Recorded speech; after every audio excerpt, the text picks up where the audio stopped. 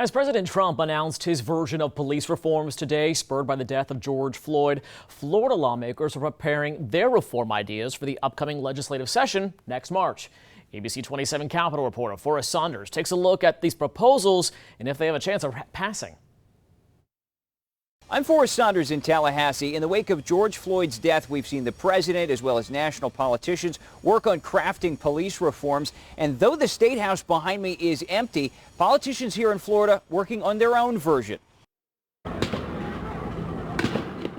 After weeks of protests, Florida's Democratic leaders have started churning out a list of ideas to combat police brutality and racial injustice. I will never fully understand the plight of Black Americans, but I know that everyone has to contribute to this solution. Senator Janet Cruz, one of them, alongside Representative Diane Hart, the Tampa leaders working on bills to ban chokeholds, also wanting more citizen review boards to investigate excessive force. Senator Bobby Powell joining, calling for a database to track and prevent the hiring of officers with excessive misconduct. It is our place as legislators to act and address the systemic shortcomings of policing in our country. Florida policy expert Ed Moore thinks lawmakers will need to manage expectations. He spent years analyzing bills in the State House and says big reforms rarely come quick. Not to mention, Democrats are the minority, needing support of law and order Republicans. I think they would have an appetite for discussion.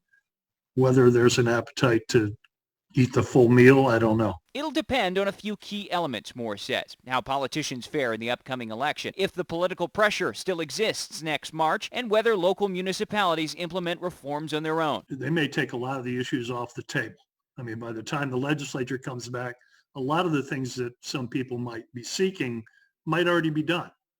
One more thing to consider, incoming Senate Republican President Wilton Simpson says he doesn't see any reform legislation getting through without the backing of law enforcement. That's the latest out here.